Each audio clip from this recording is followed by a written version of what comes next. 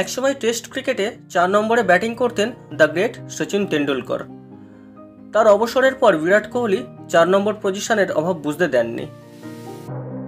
তবে টেস্ট ক্রিকেটের নিরিখে বিচার করলে এবার হয়তো মুশকিল হবে ভারতের জন্য।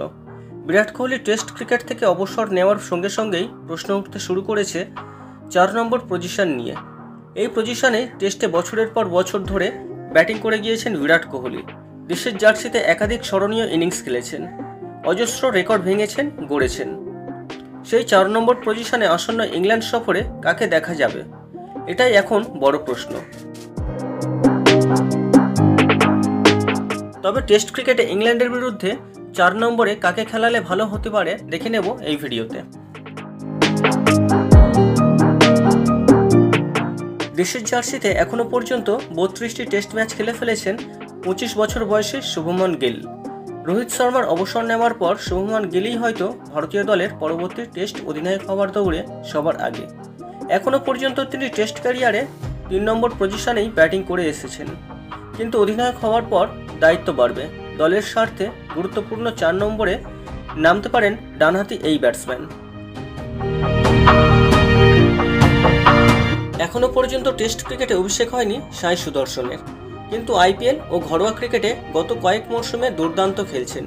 সেই নিরিখে আগামী ইংল্যান্ড সিরিজে দলে জায়গা পেতে পারেন সাই সুদর্শন। 2023 সালে দক্ষিণ আফ্রিকার বিরুদ্ধে ওয়ানডেতে অভিষেক হয়েছিল সাই সুদর্শনের। এখনো পর্যন্ত মাত্র 4টি আন্তর্জাতিক ম্যাচ খেলেছেন। আইপিএলে গুজরাট টাইটান্সের ওপেনার হিসাবে খেলছেন। অরেঞ্জ ক্যাপের দৌড়েও রয়েছেন এই মরশুমে। টেস্ট ক্রিকেটে ইংল্যান্ডের মাটিতে 4 নম্বর পজিশনে দেখা যেতে পারে তাকে।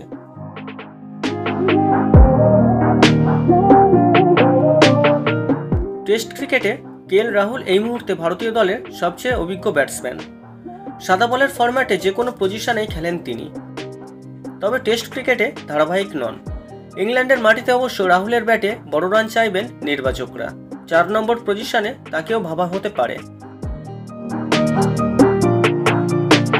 সরফরাজ খান ঘরোয়া ক্রিকেটে ভুরি ভুরি রান করার সৌজন্যে টেস্ট ফরম্যাটে জাতীয় দলে সুযোগ পেয়েছিলেন গত বছর ইংল্যান্ডের বিরুদ্ধে।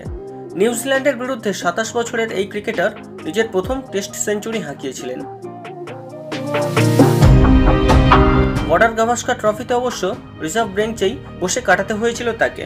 তবে ইংল্যান্ডের মাটিতে ইংল্যান্ডের বিরুদ্ধে টেস্ট ক্রিকেটে 4 নম্বর পজিশনে তাকেও দেখা যেতে পারে। তাহলে বন্ধুরা, আপনারা কাকে দেখতে চাইছেন ভারতীয় দলের 4 নম্বর পজিশনে কমেন্ট করে জানিয়ে দিতে পারেন আমাকে।